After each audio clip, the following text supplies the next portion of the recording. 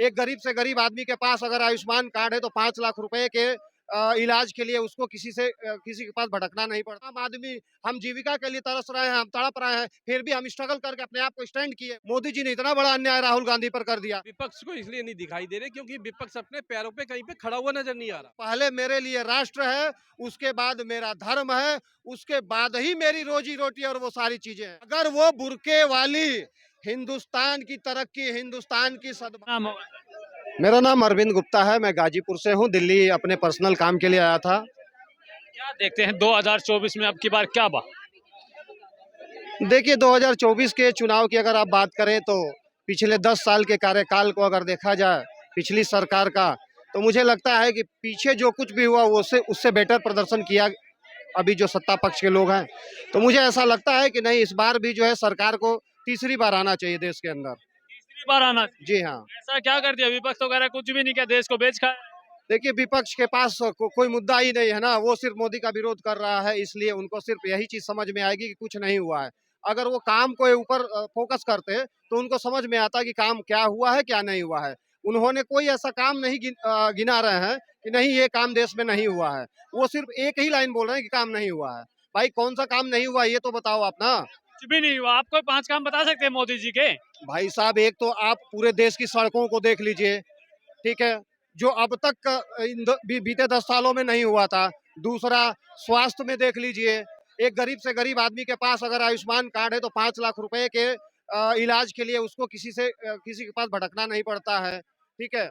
ये 2 चीजें बहुत ही अहम है। रह गई बात गरीबी की, तो आज एक लंबे टाइम से 80 करोड़ से ज्यादा लोगों को सरकार जो है उनके भरण पोषण के लिए कम से कम बेसिक चीजें अनाज दे रही, तो कम से कम वो भूखा न सोए, उसके बाद वो अपने काम करके अपनी जीविका को चला सके। ऐसे बहुत सारे काम है, 5 ही नहीं बहुत सारे काम हैं। राहुल गांधी जो है वो भारत जोड़ो न्याय यात्रा निकल रहे, कह रहे कि अन्याय कर दिया मोदी जी ने, न्याय दिलाना भारत को। हाँ, बिल्कुल मोदी जी ने अन्याय कर दिया, ये मैं भी मानता हूँ।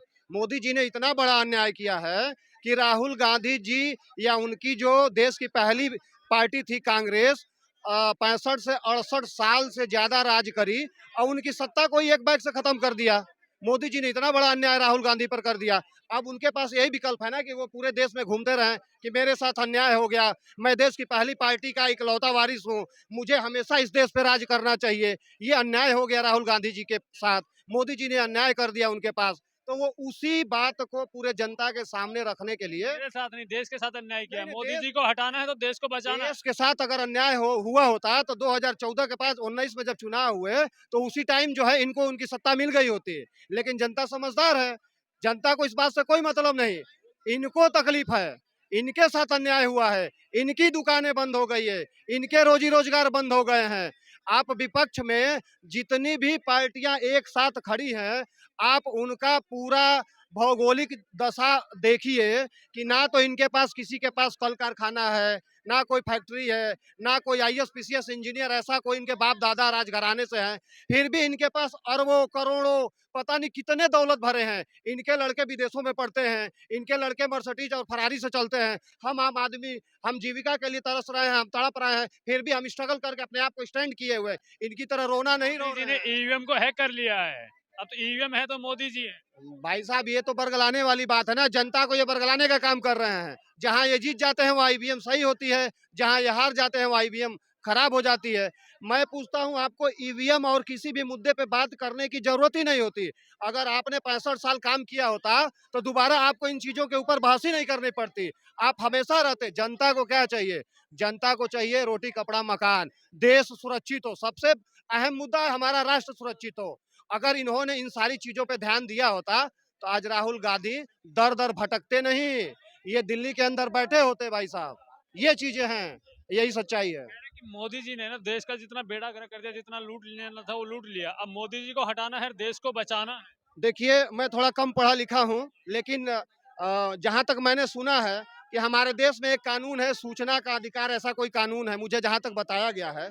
मेरा ये मानना है कि उन्हीं लोगों से एक एप्लीकेशन दिलवा करके वहाँ आप दिखवाइए कि मोदी के पास पैसा है या फिर कांग्रेस के पास पैसा है, वहाँ सब कुछ आएगा सारा कुछ। और आपको बता दें कि ये जिस चीज की बात करते हैं ये तो आपसे मैं पूछूं, मोदी जी के अलावा कौन? कोई भी क्यों नहीं दिखता आपको? इतने अच्छे अच्छे नेता, इतने बड़े बड़े नेता हैं। भाई मोदी जी तो मुझे इन 10 सालों में दिखे हैं ना। इससे पहले भी मैं कांग्रेस को वोट करता था।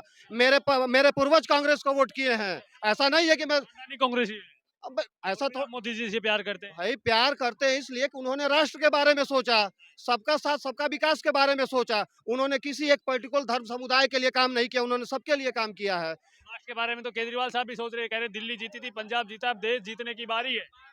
बहुत सही कह रहे हैं। अगर उन्होंने राष्ट्र के बारे में सोचा होता, तो एक के ऊपर एक फ्री नहीं कर देते दिल्ली के अंदर। ये जो दिल्ली के जनता के बारे में नहीं सोच पा रहा है, वो राष्ट्र के बारे में क्या सोचेगा? यही केजरीवाल हैं, जो अपने आप को कहते हैं कि मैं बहुत ईमानदार हूँ। अन्ना हजारे जी का एक आंदोलन शुरू हुआ था, इसमें केजरीवाल जी ऐसे थे, ऐसे 52 किलो के, और आज केजरीवाल जी 82 किलो के हैं। अन्ना हजारे जी के आंदोलन आंदोलन से ये निकल के आए, जनता का सहानुभूति पाए, और उस ईमानदार आदमी को साइड करके दीदी को बना दीजिएगा फिर। अरे ममता दीदी जी को क्यों बना दे भाई? एक देश को जो है पूरे विश्व में अपने देश को आगे करने की प्रयास कर रहा है, तो मैं दूसरे को क्यों लाके बिठा दूं? सबको एक करने की बात कर रहे हैं, कह रहे हैं कि सबको एक कर देंगे हम, ममता दीदी प्रधानमंत्री बनेगी तो देश और विकास होगा। सबको एक किया तो ममता दीदी ने अभी 26 से 28 पार्टियों को एक किया था इन लोगों ने, और खुद अलग हो गई। जो एक पार्टी को एक नहीं कर सकती, वो देश को क्या एक करेंगी? आप भी जानते हैं। विकास करें, कह रहे बंगाल को चमका दिया, मैं बंगाल में बहुत अच्छा राज चल रहा है, वो देश में चलाना है। भाई साहब, आप बंगाल के अंदर जाएंगे तो दिल्ली से बुरी दुर्दशा है वहां पे। आप बंगाल जा करके घूम के तो देखिए। बंगाल में इस तरीके से जो आप लोग पत्रकार मीडिया है ना, उस तरीके से गली चौराहे पे पत्रकार नहीं है। अगर इस तरीके से बंगाल के किसी कोने पे इस तरीके का डिबेट आप करेंगे ना, आपको उठा करके जेल में डाल दिया जाएगा। ये कंडीशन है बंगाल की। बंगाल की चीजें बंगाल से बाहर नहीं आनी चाहिए। साहब को देख लीजिए। भाई खड़गे साहब का दो बयान बड़ा ही अचंभित करने वाला है। पहला ये, जब चंडीगढ़ में मेयर का चुनाव हुआ, उससे एक दिन पहले खड़गे साहब ने कहा, कांग्रेस के अध्यक्ष हैं, उन्होंने कहा कि भारत जो है रशिया बन रहा है, रशिया बन गया है खड़गे साहब। और अभी 2 दिन पहले खड़गे साहब सदन के अंदर बोलते हैं कि अब की बार मोदी सरकार 400 पार। तो ये दोनों खड़गे साहब का बयान है। अंकल क्या नाम होगा? मेरा सुनील कुमार। 2024 में किसको प्रधानमंत्री देखना चाहेंगे? देखो 2024 के जो हालात बन रहे हैं ना, वो तो नरेंद्र मोदी जी के बन रहे हैं। क्योंकि इसकी वजह यह है कि विपक्ष हमारा कहीं पे भी खड़ा नजर नहीं आ रहा है। हमारा जो विपक्ष है वो कहीं पे भी खड़ा हुआ नजर नहीं आ रहा है, इसलिए मोदी जी के चांस पूरे पूरे हैं। रोडों पे है, सड़कों पे है, बाहर दौड़ो, न्याय यात्रा रोडों निकल। पे सड़कों पे निकलने से कुछ नहीं होता। एक बताओ, आज कांग्रेस न्याय यात्रा कर रही है। मैं आपसे पूछना चाहता हूँ कि न्याय यात्रा से कांग्रेस को कितनी सीटें मिल जाएंगी? मोदी जी का सुपड़ा साफ कर देंगे, इतनी सीटें मिल जाएगी। अब वो तो देखो समय बताएगा, पर हमें जो जनता को तो लग नहीं रहा कि अभी कहीं विपक्ष खड़ा है। जनता जनता का कोई वोट बैंक नहीं है मोदी जी के साथ, केवल ईवीएम में, ईवीएम के दम पे मोदी जी जीत। देखो ईवीएम अगर गलत है तो आप उसको चैलेंज करो, क्यों नहीं करते आप जाके? आप उसको चैलेंज करो ना।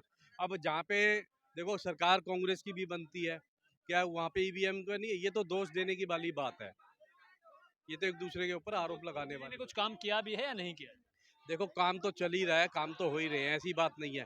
जिस हिसाब से अब देश में काम हो रहे हैं, पहले भी तो हुए हैं और अब भी हो रहे हैं काम। तो सब लोगों को मोदी जी के काम दिख रहे हैं, लेकिन विपक्ष को क्यों नहीं दिखाई देते? देखो विपक्ष को इसलिए नहीं दिखाई दे रहे क्योंकि विपक्ष अपने पैरों पे कहीं पे खड़ा हुआ नजर नहीं आ रहा। भाई साहब, विपक्ष को इसलिए नहीं दिखाई दे रहा है कि आप किसी का नुकसान कर देंगे, तो वो आपके बारे में अच्छा कैसे सोचेगा? आप बताइए। अगर मैं यहाँ पब्लिक प्लेस में आपको गाली दे दूं, 2 लप्पड़ मार दूं, तो मैं आपके लिए खराब होऊंगा। 65-68 सालों की सत्ता के सुख से मोदी जी ने इनको वंचित कर दिया है, तो वो कैसे मोदी को सही बोलेंगे? आप बताओ।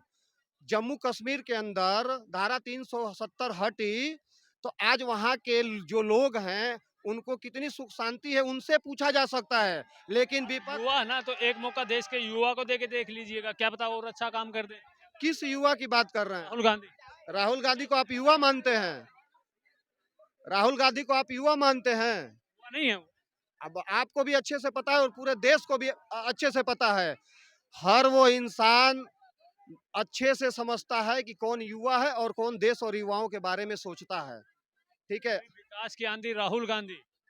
ये तो अभी हम भी अभी कुछ देश की बर्बादी राहुल गांधी, ये तो कहने की बात है ना।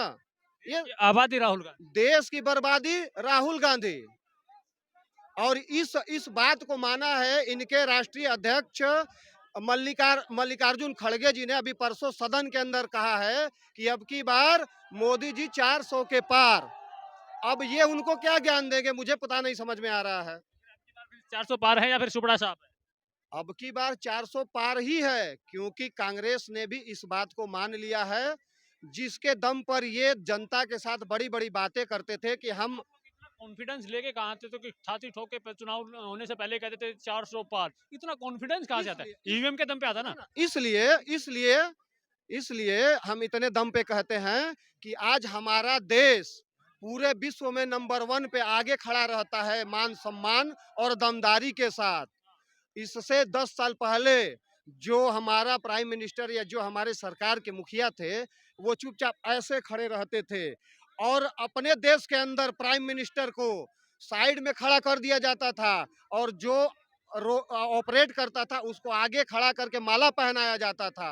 तो पहले मेरे लिए राष्ट्र है, उसके बाद मेरा धर्म है, उसके बाद ही मेरी रोजी रोटी और वो सारी चीजें हैं। इस बात मोदी को के बाद सबको कौन हो समझना सकता है? चाहिए। मोदी के बाद कौन हो सकता भाई देखिए, अभी तो मोदी के बाद कौन हो सकता है ये कहना अभी सही नहीं है, क्योंकि मैं आपको थोड़ा सा पहले ले जाना चाहता हूँ। 1996 के आसपास जब क्रिकेट हुआ करती थी, तो उस टाइम सिर्फ कुछ सेलेक्टेड लोग खेला करते थे, लेकिन कुछ टाइम बाद आईपीएल आया। आईपीएल आया तो उसमें हर नए-नए खिलाड़ियों को मौका मिला और सब कहाँ चले गए, और जिनके अंदर वो कैपेसिटी थी, आज वो देश का प्रतिनिधित्व कर रहे है? हैं। खिलाड़ी को मौका दे दीजिए ना, राहुल गांधी भी नए खिलाड़ी दे दीजिए एक मौका। राहुल गांधी को तो 70 65 साल 68 साल से मौका मिला हुआ है, क्यों नहीं देश का प्रतिनिधित्व किए? क्यों नहीं मनमोहन सिंह जी को 2 बार प्रधानमंत्री बनाया गया? सोनिया गांधी जी ने एक कार्यकाल राहुल गांधी को क्यों नहीं दे दिया? अगर उनको ही काम करना था तो 5 साल थप्पा लगा दिया होता कि 5 साल मेरा बेटा प्रधानमंत्री बन जाता। इस मामले में उत्तर प्रदेश के अंदर मुलायम सिंह यादव ने सबसे बड़ा अच्छा काम किया कि अखिलेश यादव के पीछे ठप्पा लगवा दिया कि कम से कम एक बार तो ये मुख्यमंत्री बन जाए। लेकिन सोनिया गांधी ने ये नहीं किया। अब क्यों नहीं किया? क्योंकि सोनिया गांधी को अपने बेटे के ऊपर, जिसको उन्होंने पैदा किया था, भरोसा नहीं था। ओवैसी साहब भी कह रहे हैं कि बुर्के वाली को प्रधानमंत्री बनना चाहिए, उसको कैसे देखते हैं? जी, क्या फिर से बोले? बुर्के वाली को प्रधानमंत्री बनाने की बात कर रहे हैं ओवैसी साहब। कौन प्रतिनिधित्व करेगा बुर्के में? महिला करेगी। भाई तो चेहरा तो आना चाहिए ना। बुर्के में तो देश के अंदर बहुत सारे लोग हैं, चेहरा तो सामने आना चाहिए ना। अगर वो बुर्के वाली हिंदुस्तान की तरक्की, हिंदुस्तान की सद्भावना, मोदी आएगा सर। मोदी क्यों आएगा? मोहम्मद से मोदी क्यों आएंगे। आएंगे? किस लिए नहीं आए ये बताइए आप। विपक्ष कह रहा है देश का बेड़ा गर्क कर दिया मोदी जी ने। विपक्ष तो ऐसे ही बोलते रहते हैं सर। मोदी जिंदाबाद। आप ये बता दीजिए कर क्या दिया? मोदी ऐसा जिंदाबाद। मोदी जी ने कर क्या दिया? बहुत कुछ कर दिया है। साला हिंदू कहाँ इधर जा रहा था, साला कहाँ से कहाँ ऊंचा उठा दिया है सबको। और क्या चाहिए? यही तो कह रहे हैं सबसे मोदी हिंदू बड़ा है मुस्लिम सर। के अलावा कुछ करते ही सबसे बड़ा है सर यही। साला हम लोग नीचे जा रहे थे, धस रहे थे नीचे, अभी और गिर जाते नीचे, अब ऊपर आ गए। यही नहीं। बात। विपक्ष तो कह रहे हैं मोदी जी ने देश का बेड़ा मोदी जिंदाबाद बस।